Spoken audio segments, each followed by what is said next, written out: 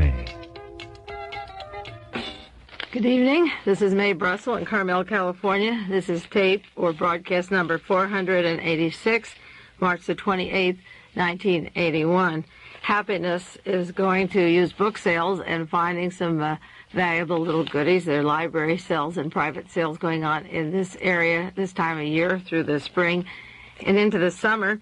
And yesterday I went to one of these sales, and the Navy Postgraduate School here had donated some volumes to the sale of government printing office testimony and State Department papers dating to 1934, 1935, 38, 1940, 41, 46. Valuable information of plans to stop the rearmament of Germany, the Nye Committee, with one document. It's a large book, Foreign Relations of the United States, Diplomatic Papers of 1935, wonderful hearings about neutrality, the Nye Committee, that's the committee that Alger Hiss worked for, where he was calling the multinationals on the board for rearming Germany after the First War. And it has to do with hearings and letters of public officials about the rearming of Germany, and also attitudes of the United States with respect to the League of Nations regarding traffic in opium and dangerous drugs and smuggling liquor into the United States. These books are just marvelous, and they're not complete sets, but there's some from each year, and there are a lot of goodies in them. Another volume, volume 7 that I got at the same sale, is Foreign Relations of the United States in 1946.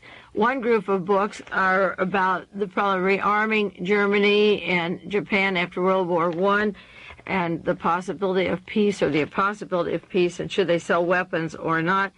And then one of the volumes was 1946, after World War II was over.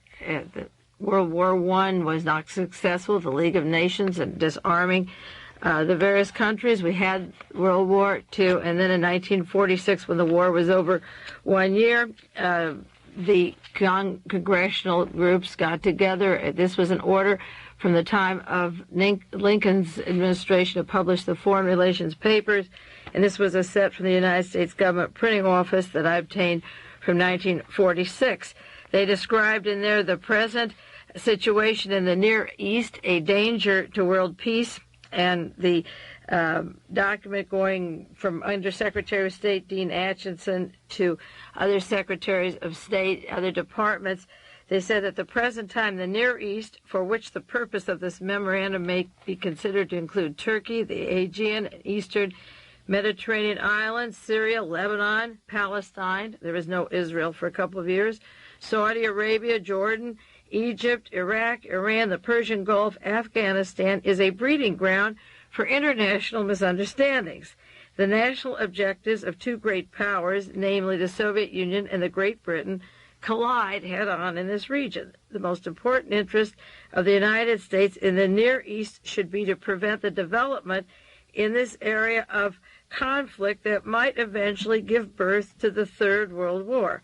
Behind protestations of a desire for international cooperation, devotion to principles of democracy, and loyalty to the principle of non-interference, four of the world's great powers are carrying on four different opposing policies in the Near East. And this book goes into the documents of Great Britain and their policies in the Middle East, and France with their paramount bases in Syria and Lebanon, and the Soviet Union's desire for Turkey and the Dardanelles and the Mediterranean going through Iran, and the United States that took an attitude of helping third world people, but they didn't refer to them as third world, they referred to them as countries that should raise their standard of living, have educational and cultural levels to qualify to make them play a role in the world affairs appropriate to their numbers and talents. The United States was expected to help those people. Later we called them third world people.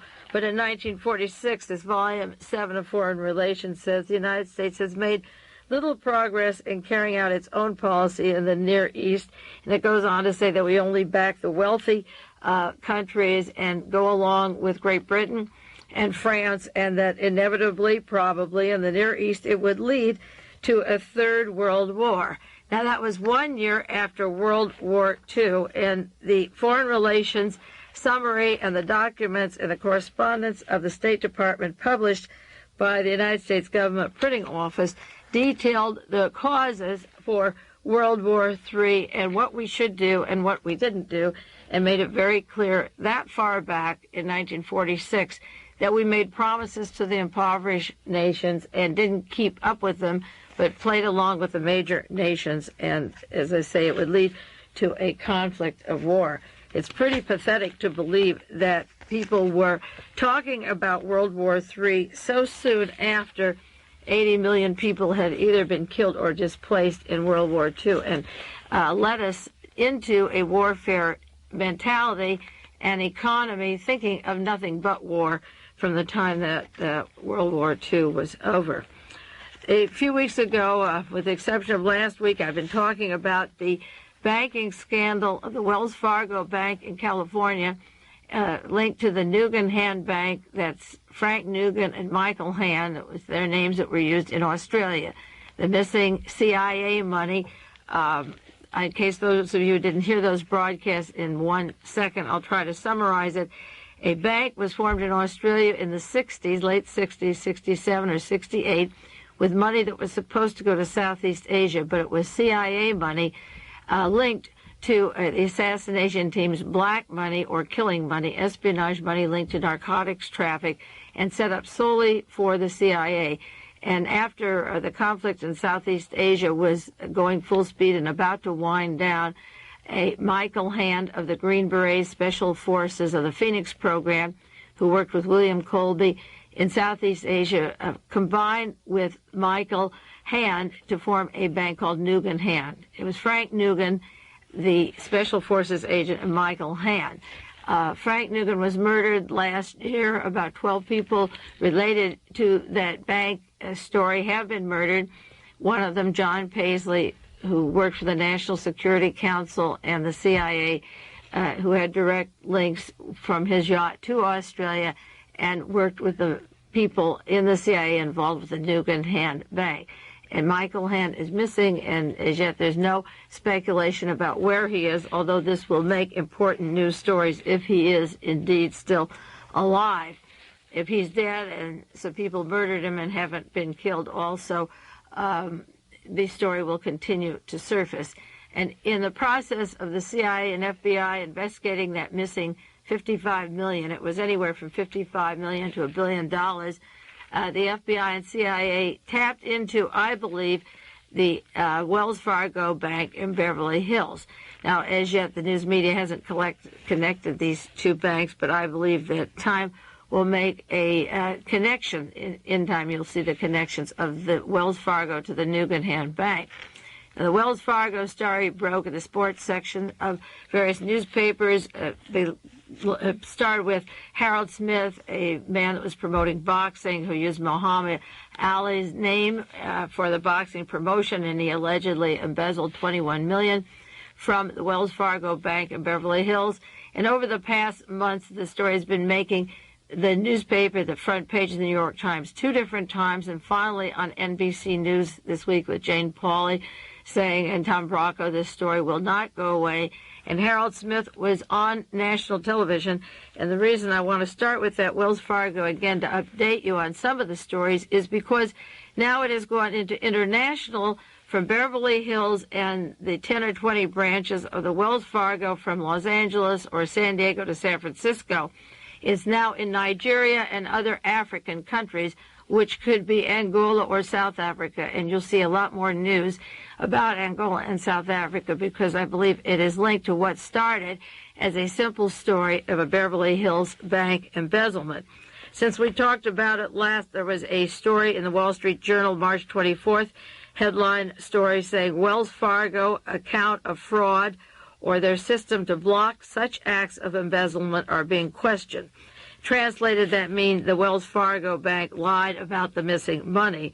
This article says the embezzlement of this money wasn't as neatly executed as bank officials originally portrayed, and despite their best efforts, the embezzlement has become a story that won't die with Wells Fargo.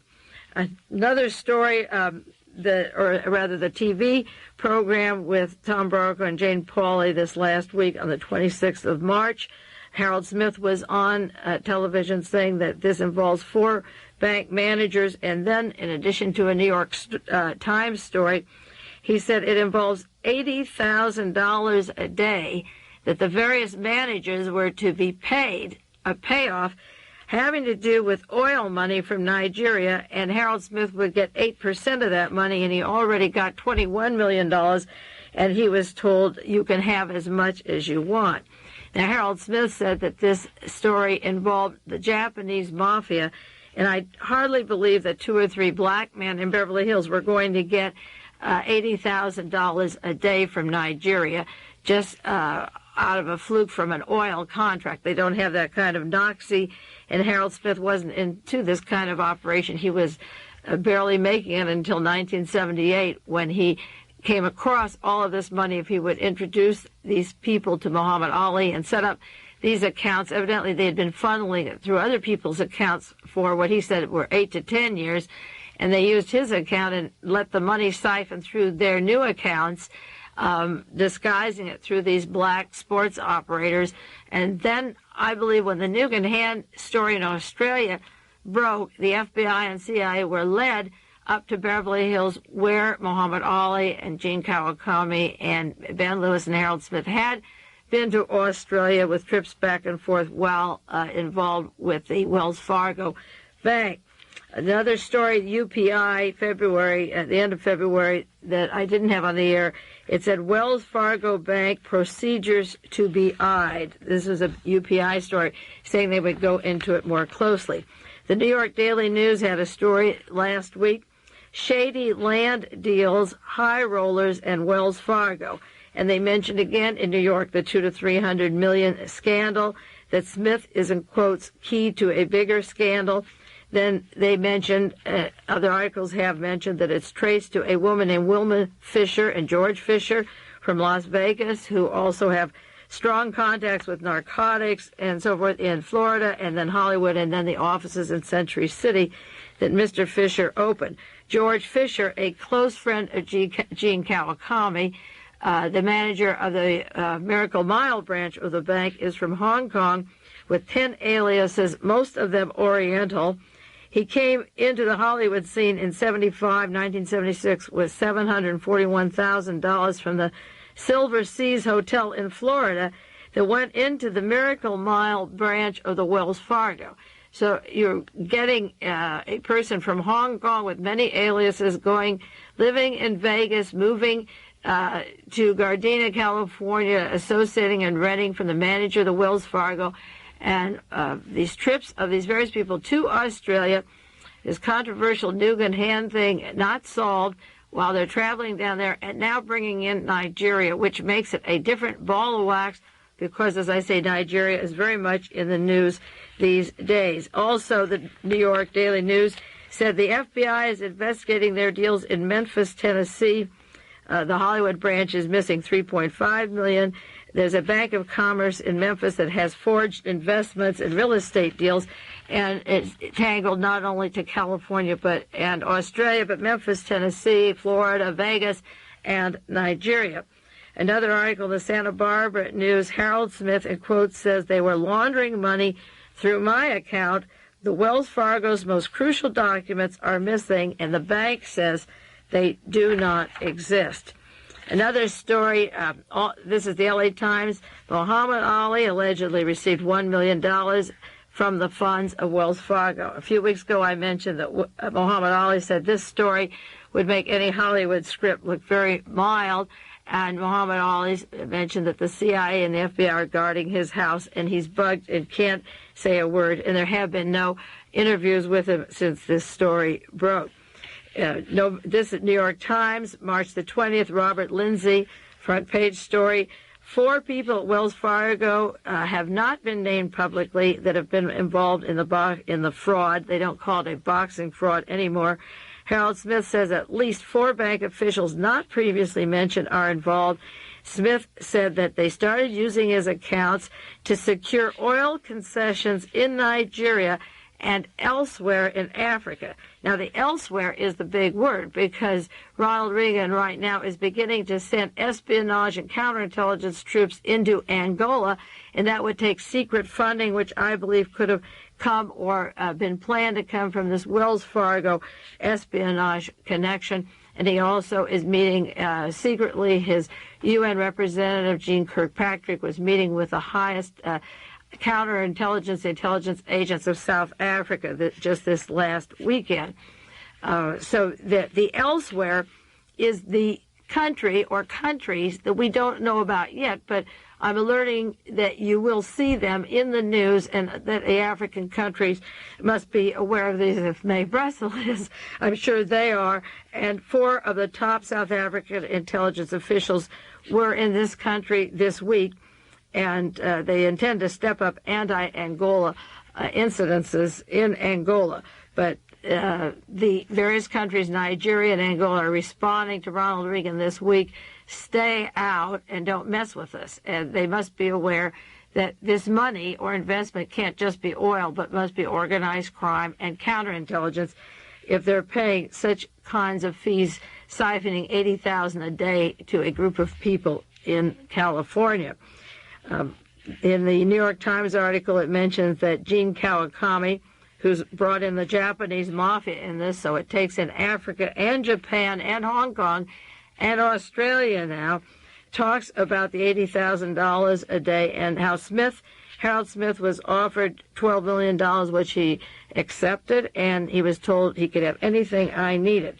According to the New York Times article, Mr. Lewis, that's the manager of the Beverly Hills branch, and Mr. Kawakami, that's the manager of the Miracle Mile area, Wilshire District in Los Angeles, were close friends with other Fargo executives, and a number of them, many more than Wells Fargo has acknowledged, were involved.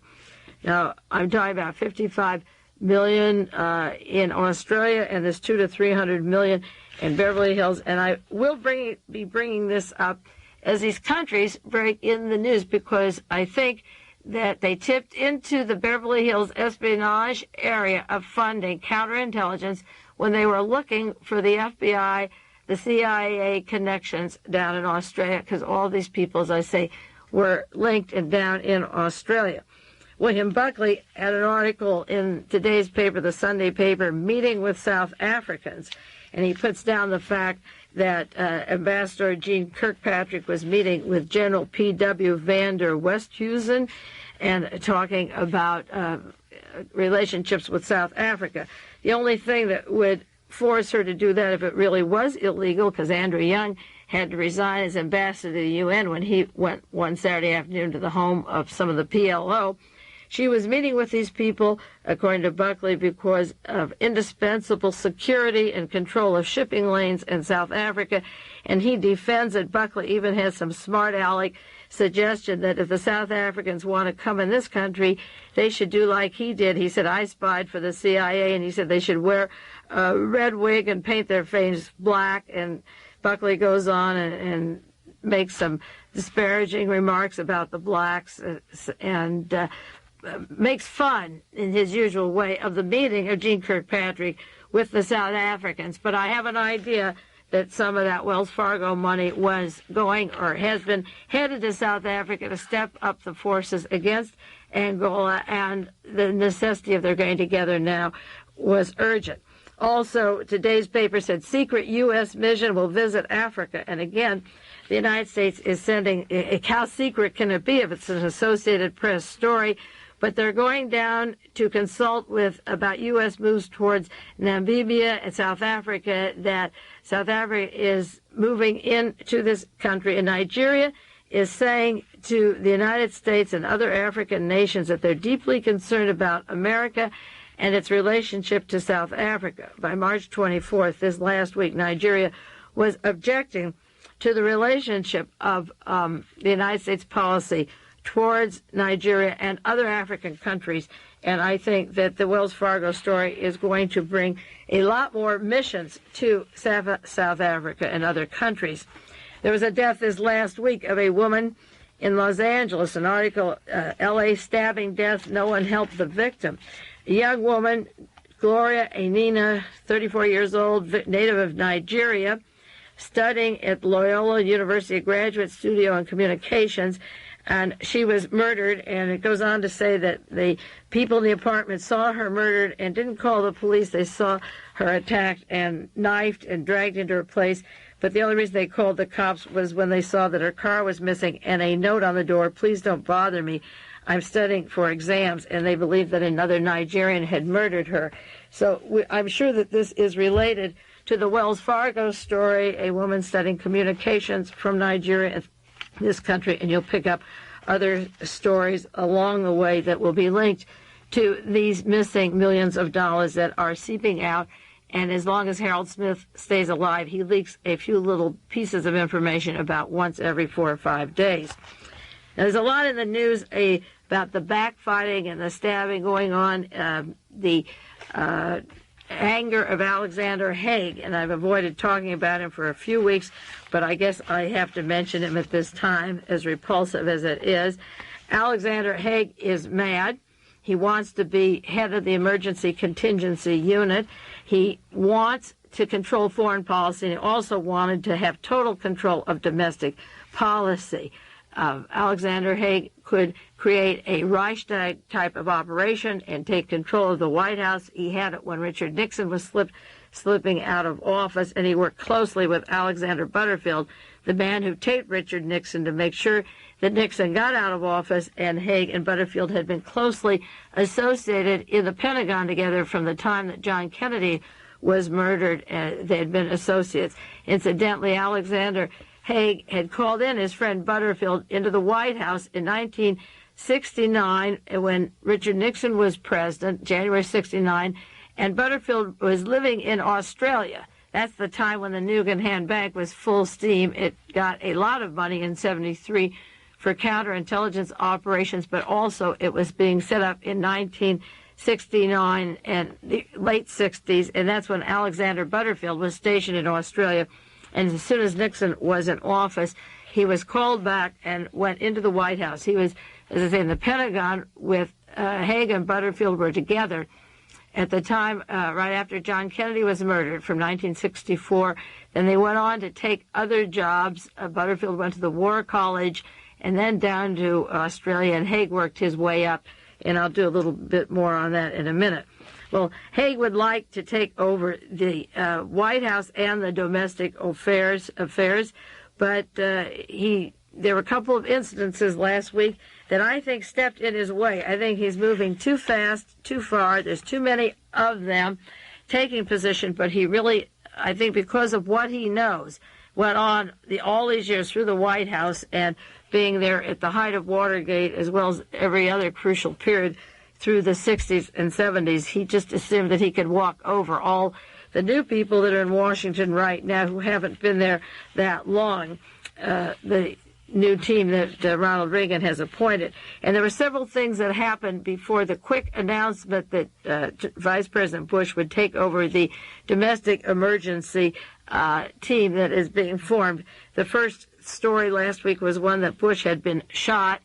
The person was apprehended and arrested. It was taken right out of the news, and we haven't read much of that. We know Bush wasn't killed, but the person that was arrested might have told something that he wasn't supposed to say. The second thing is the hushed-up affair in Florida last week of the 13 men camouflaged down in Crystal River, Florida. There hasn't been a thing in the news all week about that with their semi-automatic weapons, and they were a group that allegedly were recruited by Soldier of Fortune, which is a strictly CIA organization, operation, and publication. And they belong to a Vietnam Special Forces group. Again, the same assassination-type team that were set up, funded through the Nugan Bank in Australia for taking over America or whatever they need to do domestically or overseas. This group was headed by somebody from Birmingham, Alabama, Franklin Joseph Camper, and they had guerrilla warfare manuals, automatic weapons, trained in the military and counterintelligence. They carried the usual kinds of weapons, Soviet weapons, Japanese, Israeli weapons, and were linked to the CIA and Army bases nearby. The FBI and the Bureau of Alcohol, Tobacco, and Firearms haven't been alerted to arrest them. They've passed it off that they simply trespassed a little too far near an atomic energy place. But I'm not sure that they were supposed to be near an installation and just went a little bit too far over and didn't know what they were doing. I don't believe that for a minute, and these people have not made much in the news in terms of biographies or what they were doing. As I said, they worked some of World War II and in the Green Berets in Vietnam. They could have been trained as mercenaries for United States terror or the type of Reichstag taking over a particular city or even a state, or coming down with some kind of using atomic bombs to terrorize this country. It's that kind of an activity that would put Haig in office, even though the line of succession doesn't go immediately to Haig. He did manage to take over very nicely when Nixon was eased out. And besides the early rumor of Bush's death, and also this group of people that were apprehended just by a fluke in Florida, there was a dinner in Washington, D.C. in honor of Haig that indicates the way Haig was moving just too fast. And if I were Ronald Reagan or George Bush, I would be a little bit scared of this power. This is really a conflict between the Defense Intelligence Agency and the CIA. Haig working with a long team of Nazis from World War II, people that want to control the Pentagon, the White House, versus Bush, who is more mild, went to Yale. I don't know what kind of, he has power. He was director of the CIA, ambassador to China, a wealthy oil man from Texas, but there's nothing gross or greedy. He doesn't seem to be desperate to grab the power, and Haig clawed his way all the way up to the top. Now, as soon as Ronald Reagan became president, or within 2 months after, there was a big dinner in Washington, D.C. for Haig, and it was reported in the Los Angeles Times. Capital dinner for Haig has the Jamesons hopping. Actress and business executive Eva Gabor Jameson, whose husband is very influential with all branches of military and defense, came in from the Bahamas, where they have a home, for a black-tie dinner at the Metropolitan Club for Secretary of State Alexander Haig. Senator Charles Percy, the Foreign Relations Committee, was there. Admiral Thomas B. Hayward, Chief of Naval Operations. British Ambassador Sir Nicholas Henderson. Prince and Princess Yoka Trubetsky. Washington developer C. Wyatt Dickerson. The Prince and Princess, Troubetzkoy is their name. Albert A. Grasselli, Vice President of International Division of Rockwell International. Frank Jameson, the host, was former affiliated with them. General Lyman Lemitzer, former Supreme Allied Commander for Europe and former Army Chief of Staff. Warren Adler, who publishes the Washington Dossier, and Mrs. Adler. Tunisia's Ali Heder, Hungary's Ferenc Ester Gallos, I'm not pronouncing that right. Jordan's Fazad El Sharaf, Ireland's Sean Donlan, Admiral George Anderson, former Chief of Naval Operations and former Ambassador to Portugal, where the Jamesons also have a home. Harry Combs, President of Gates Learjet. Donald Daly, President of San Diego's Daly Corporation. Thomas Powell, President of Martin Marietta Corporation. John Winkle, Vice President of Used Aircraft. Ben Schemmer, Editor of the Armed Forces Journal, and so forth. There's a little dinner party for Haig, and I should think that with this kind of promotion of his social life and this power, you could get a coup d'etat. The one in Spain didn't work, where the king was kicked out, where the military were held at bay and the various forces didn't go along with them. In Chile, you did get a military junta overthrow the government. That happened in South Korea. It does happen, and the United States has to face the possibility that you have a team there that are power hungry. Democracy doesn't last forever. If there's a national crisis or an emergency, and they will create the crisis and they will create the emergency, these people are all behind Alexander Haig. That's a lot of people, because even though Reagan has his kitchen cabinet of a few old cronies that have been with him a long time, they don't have the power of this who's who of the dinner party for Alexander Haig. I'll do more on Haig and the power struggle in the White House in a minute. We'll take a break now because 30 minutes has gone by, and I'll be back with you in 1 minute. This concludes the first half of World Watchers International with Mae Brussell. We will return with the second half after a brief pause.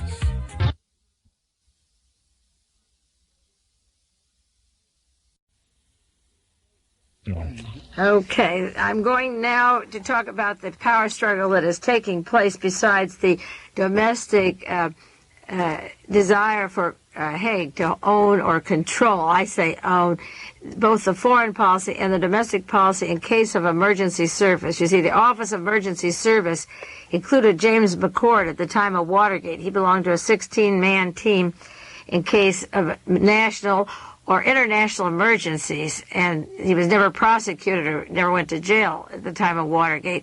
He represented the CIA, the FBI, the White House. They had their only walkie-talkies, radio communications, and they determine the crisis and tell the president if the crisis is necessary to take control, and they also take control if the president is away. And it was very important to Haig to have control of both the domestic and the foreign policies, and quickly, a week early and long before he expected the decision to be made, and he thought he'd be head of this team, they put George Bush in, and he was mad.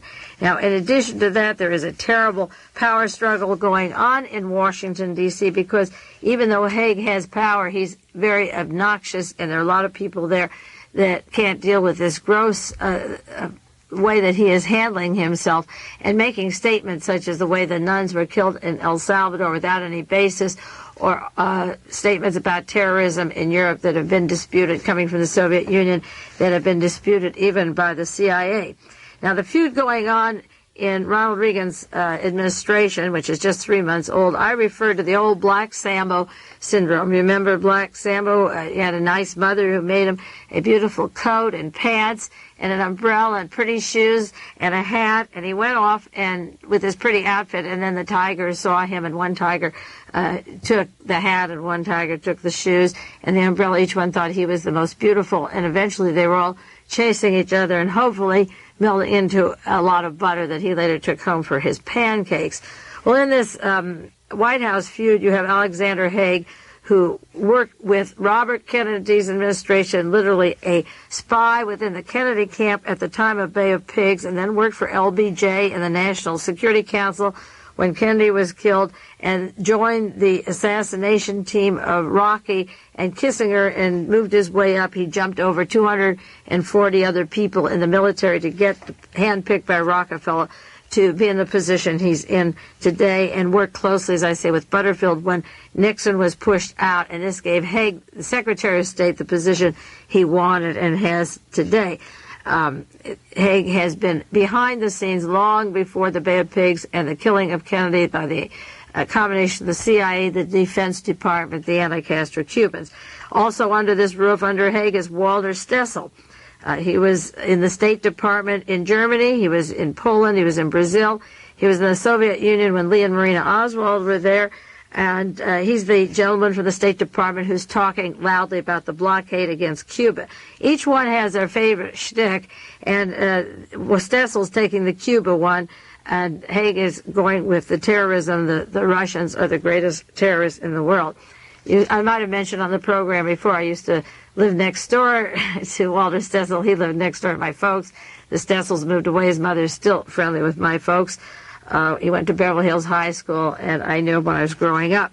He's right under Haig right now at this time and knows what went on in terms of the Kennedy assassination because of Lee and Marina working for the government and the CIA and Navy intelligence while they were in the Soviet Union, and Marina coming back with Lee. Under them and along with them is Richard Pipes, who's been opening his mouth and giving speeches. The USSR must give up communism or go to war. They have to change their form of government or fight. Pipes is a student of Harvard out of the school of Priscilla Johnson, who went to Harvard, went to the Soviet Union, was in the CIA, greeting Lee Harvey Oswald over there. Pipes was associated with John Paisley. They both worked for George Bush under the Russian Division of Studying Russia and Strategies Against Russia, Team A and B. Paisley was murdered, and Pipes took over the main position, and he's our expert on Tsarist Soviet terrorism, that it's in the blood of Russians to be terrorists because the Tsars were terrorists and taught it to the Bolsheviks, and that's why they can't give up terrorism. And then under them is Richard Allen, or along with him from the National Security, Ronald Reagan's assistant there. who says that the Allies are too pacifist. His shtick is that it's better to be dead than red, and he's telling our allies, hey, you're too soft now. You'd rather be red than dead. And he's been scolding the Allies, and they're not sure they want nuclear weapons in Europe. So Richard Allen that's his speech. He gave that speech before the Young Americans for Freedom last week. Young Americans for Freedom was formed by William Buckley in the CIA with Douglas Caddy, Robert Morris of the early House investigation committees, the Internal Security, left Washington to go down to Texas in 1962 to help form Young Americans for Freedom. And that's when Volkmar Schmidt and Larry Schmidt and Bernard Weissman and a group from Germany, military intelligence, U.S. military working in Germany, came to the Dallas area for the Kennedy assassination. So he was speaking to this group of Young Americans for Freedom who got their start planning to take over the United States, and part of the plan included killing Kennedy. And William Casey of the OSS CIA days, he's the other part of this team. He was very much in the news at the time of Watergate. He was getting $10,000 a month from Robert Vesco as an attorney. He was involved with the Security Exchange scandals, the money that had gone out of there. Bernie Cornfield and Vesco connections were hushed up at the time that Casey was brought into the Reagan team. But any book on Watergate goes into these dogs very clearly. And so that every single person on this team knows what went on in the past and knows about each other's roles. So just like the Tigers and Black, Sammo Haig can wear the hats, Dessel can have the shoes, Pipes can have the coat, Allen can have the pants, and Casey can have the umbrella. And they're going to go round and round and shoot their mouth off while our allies are listening. And no matter what they say, there's no way that they could win a war with the Soviet Union now or even later, I don't believe. And yet they're determined to speak and scream about the Soviet Union being aggressive in Afghanistan or in Poland. And we're having problems that may bring us to World War III in Poland right now that were instigated and caused by these teams of Brzezinski and Kissinger and so forth. But no matter how we edge them on or nudge them on, I guarantee you the United States is not ready to go to war over the Polish situation, even if the troops went in tomorrow. And if we went to war, we couldn't win. So this team really needs psychiatrists. I think they're mentally sick. They're power greedy. They have been told nothing but reinforcement reports that have nothing to do with the world as it is today, and yet they shoot their mouth off, and our allies are sitting back. And I don't have time this evening to read a whole series of headlines from foreign press and domestic about our allies at this time. Now, I got a letter from one of my subscribers to these tapes who follows them very seriously and asked me to give a description of Fritz Kramer, Kraemer. He was the man who, in quotes, discovered Henry Kissinger. And I looked up some sources, and you can find his name in the index of libraries.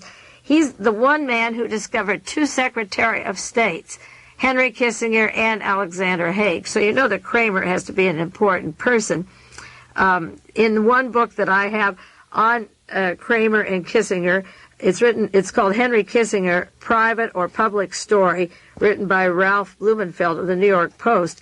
It's a very favorable book to Henry Kissinger because the people who did the interviewing all had links or covered the basis that Henry Kissinger was involved in satisfactorily. One of the authors was in Firth, Germany. The other interviewed people from U.S. Army counterintelligence, and the other from the Rockefeller staff. But even a book written by people very close to Kissinger does reveal a lot of information. And it goes into the fact that Kissinger rose from U.S. military intelligence, from Nazi Germany, to U.S. military intelligence, to Harvard, to the Rockefeller Empire, to Nixon's White House, and so forth. He never encountered violence from Nazis. This book says when he lived in Germany and was a young person, he came to the United States. He had close contacts in Firth, Germany, with a man named Harold Reisner, R-E-I-S-S-N-E-R, who became head of the Reisner Chemical Company in New York City. He moved in with a Christian family after the war. He had two close friends who were Protestants, Carl Friedrich and this Fritz Kramer. Friedrich was his professor of government at Harvard, and Kramer went on to the Pentagon to be political advisor, and as I say, the man who discovered Henry Kissinger. Kissinger became a United States citizen, and then when he was 22 went into Germany just as the war was winding down into U.S. Army intelligence. And in 1950s, he was teaching at Harvard University. I mentioned on another program that he was informing for the FBI and CIA on various students that were maybe too liberal or too left, as when he was a professor at Harvard, he was a snitch for the Defense Intelligence Agency.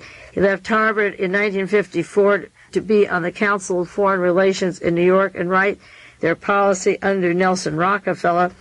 And he was very close to a Ruhr businessman, this Kramer, who he knew. And this book describes him as a devout Christian, a noble Prussian, went to law school in Germany in 1933, had a Swedish wife. This is Fritz Kramer, who he sent to Great Britain when the war was coming down in Germany.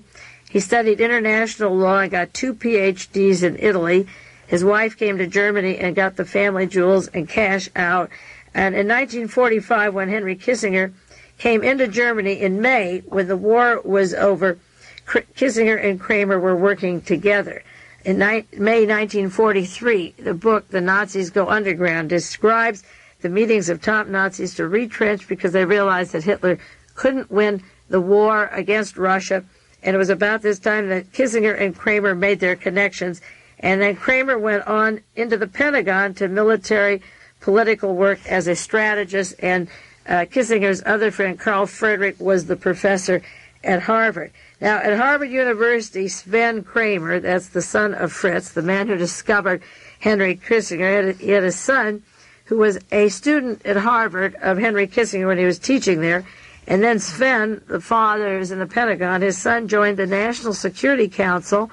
He also worked under Lyndon Johnson in 1967 when HAIG was brought into the National Security Council along with Butterfield. And then he became the aide to General Alexander Haig.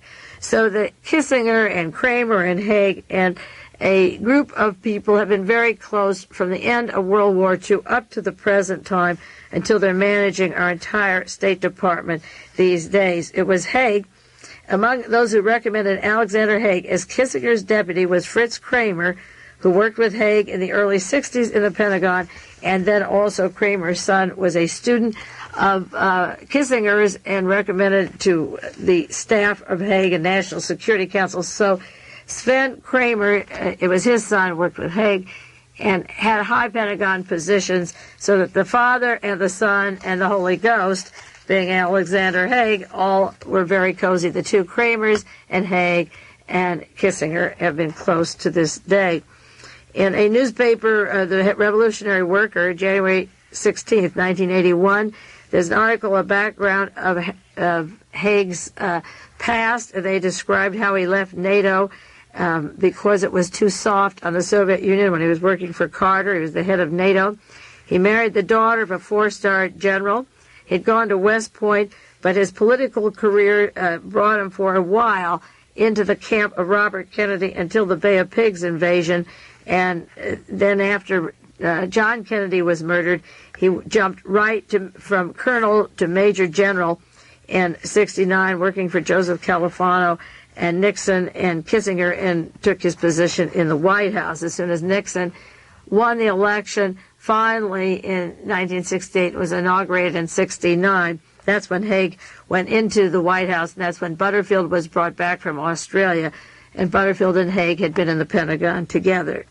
He was promoted over 240 more senior officers. He became a 4-star general, deputy chief of staff of the Army, and controlled the White House under Richard Nixon at the time that his buddy Alexander Butterfield was bugging Richard Nixon, and those tapes would remove Richard Nixon from being in office.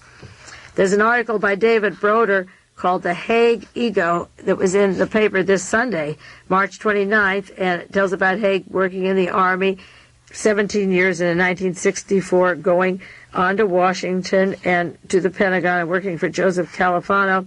And there was a formula here. He had E equals the ego plus the White House equals trouble, that HAIG knows too much, and he published Broder a formula about HAIG working in the White House and now being in the State Department. He doesn't like just being in the State Department. Broder said HAIG doesn't like being in the State Department because he knows too much about the White House inner workings, and he doesn't like to be that far isolated from all these other people strutting their stuff. Now, along with the problems of the Wells Fargo international connections from Japan to Nigeria and African countries, and this missing money in the Australian connections, which link to Paisley and Bush and Haig and Pipes, along with that, other countries are having their problems. And in the remaining 10 minutes, I'll just briefly run down as fast as I can some of the other scandals that are taking place. One has to do with the Wall Street Journal story this week. France's elections, French are in jeopardy. French president's re-election campaign flawed by the Bokassa diamond controversy. The London Sunday Telegraph has an article about the silence of the $250,000 worth of diamonds that are missing. 187 documents have disappeared. Richard Delpay, an author, has written the articles about the connections of massacres of children in Africa and payments of diamonds to Valéry Giscard d'Estaing, who wants to run for president again of France shortly, and this article says that he's in danger because of his connections to these scandals. D'Estaing got favors in Bokassa from down in Africa for hunting, game hunting, and killing wild animals, which was not really allowed. He was down there, and he was paid off in $250,000 worth of diamonds. The main papers are missing, and one of the writers was killed in a plane crash, and this is scandalizing the elections in France. Then there was another article, just the beginning of this year, the end of November of 80, Fraudissimo Gusher, an oil scandal in Italy, and this had to do with the Christian Democratic Party Prime Minister Arnaldo Forlani, 5 weeks in office, written up in Time magazine. $17 million in investment properties has been mismanaged. That's $17 million over there, $250,000 in diamonds in France, and they're worried about the scandal because 2,000 people might be involved in this scandal that affects the Italian government, and right now at the present time there's been 100 arrests. We're not getting much in our local papers about that, are we? But the Italian government is very shaky, and this has to do with oil scandal. I don't know whether it links to the Wells Fargo or not, because that was coming down about at the same time. But $17 million involved, in the Prime Minister of Italy, who had only been in office 5 weeks. In Germany, another article, the government is in trouble there that may involve the election of Chancellor Helmut Schmidt. It has to do with $50 million that is missing from the Berlin Treasury. That's $250,000 missing, or payment, not missing, of diamonds allegedly given in France to a man running for president of France, Valéry Giscard d'Estaing. The Italian Prime Minister, $17 million floating around investment properties and oil, a scandal, 100 arrests, and 2,000 may be involved. And in Germany, there's $50 million missing from the West Berlin Treasury, and it has to do with the collapse of a Middle East project, a $2 million loss on that, and $50 million. And according to the Los Angeles Times article of March the 12th, scandal triggers a threat to the rule of West Berlin by social democrats. And as I say, we are having our troubles in the United States with the Wells Fargo story and the Nugent Hand Bank.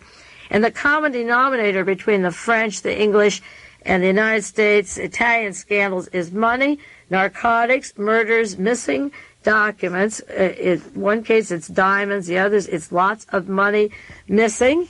As I say, 17 million figure in Italy, 50 million in West Germany, $250,000 a payoff in diamonds in France. 55 million of the United States CIA in Australia, and 200 to 300 million Beverly Hills and California Wells Fargo. If you can add fast, you can figure that out. Otherwise, you can send for sheets that accompany this tape if you have a self-addressed stamped envelope, and I'll give you the newspaper sources of the information. Now, you top that off with there's recent sex scandals in Great Britain. The head of the British intelligence, who retired recently, died last week of unknown cause and unknown place in an unknown time, the former chief of all British intelligence. And then this week there was another upheaval, a book coming out, a British writer alleging that one of their top officials of the government had a house where he had sex parties, Tom Drayberg, with members of Parliament and the cabinet with homosexual liaisons and fixing up the top people of government, similar to Bruce Roberts' story of blackmail and gemstone files, the sort of fixing people up and getting the top heads of government compromised and photographed. Right on top of that story was the allegations that Sir Roger Hollis, the former head of British counterintelligence, the head, named in a book Their Trade is Treachery by Chapman Pincher. They're saying this would make Kim Philby, that's the British agent, and Guy Burgess and Don McLean, those three of those were British agents that turned out to be Russian agents, look like small potatoes. These are stories about British intelligence, the head of British counterintelligence, and also the blackmailing and photographing of heads of states, of the cabinets and members of Parliament in very compromising positions. Another agent was named, and this one is a triple agent. Great Britain, a third spy is revealed, Charles Howard Dick Ellis. Now, this is an important one because he was Britain's number 3 intelligence officer at the end of World War II, but he not only spied for the KGB, he spied for the Nazis, and he was the deputy to Sir William Stevenson. Now, those of you who don't know that name can get the book or the paperback, A Man Called Intrepid. Sir William Stevenson was the head of British intelligence in the United States, who worked with Nelson Rockefeller and the organization called Permindex, and John Paisley and the assassination teams of North and South America. And according to the Associated Press, he was a native of Australia also. Stevenson was active in Australia and in South and North America with his intelligence. So if you want to read the book Intrepid, you will get a good background of Stevenson. And so you have these major spies who are linked now to scandals, to Nazis, to the Soviet Union, and then we, of course, have Margaret Thatcher denying in the press that there was no truth to any of the spy stories. On the 24th of March, she denied it, and then on the 24th of March, later in the day, she said she'll seek an investigation of British security scandals. And, of course, last year there was a story of Sir Anthony Blunt, the surveyor of the Queen's Art, being a Soviet spy, and then the subject of Lord Trend investigating Sir Roger Hollis and believing that he could have been an agent. Now, with these various scandals going on, it seems hard for the United States to think of challenging the Soviet Union, going into Poland, or with bravado putting up our war front. It seems to me that Italy and France and England and the United States have a lot of loose threads going. The newspapers have so many these past weeks that I could just go on and on for another 2 or 3 hours of the effect of some of these scandals. The United States is going to have an investigation, the FBI, of Paula Parkinson. Jack Anderson calls it the sex scam. Again, the gemstone story.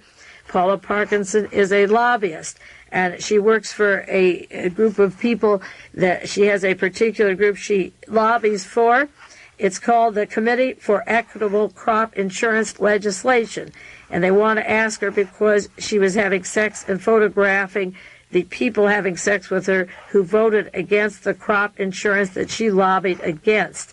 She set up a lobby group in Washington, D.C., and her husband said they're going to write a book to show, in quotes, how Congress has become an elitist class and how a woman like Paula could come in and make things move like she did in a few months. This is the San Francisco Examiner, an article, U.S. agents want to talk to sexy lobbyists.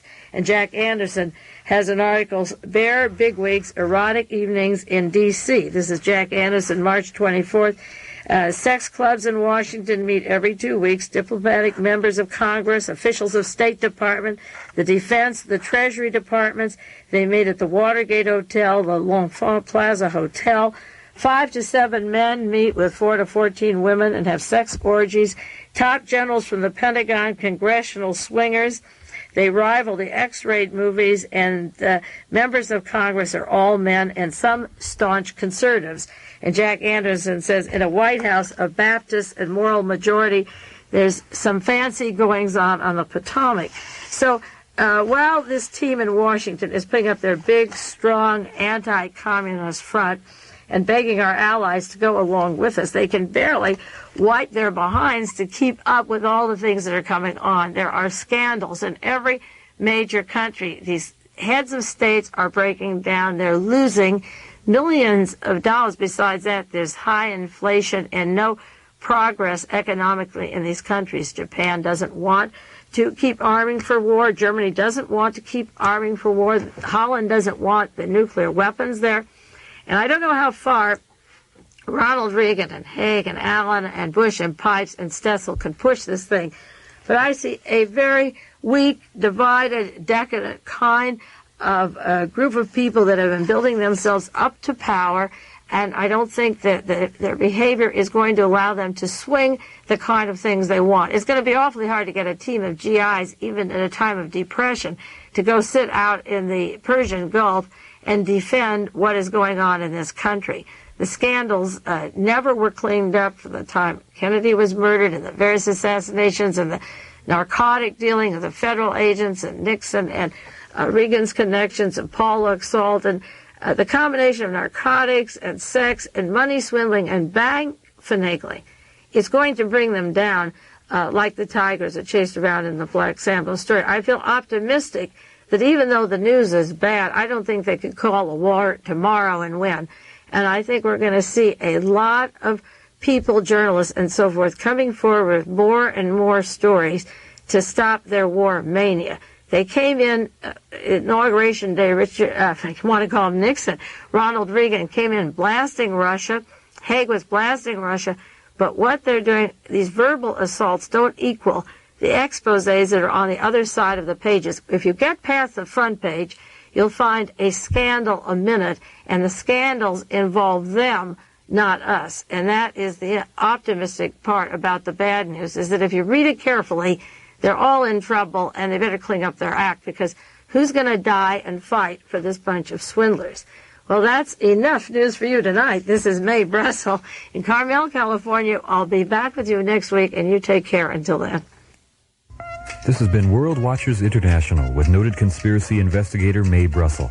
This program originates from Carmel, California.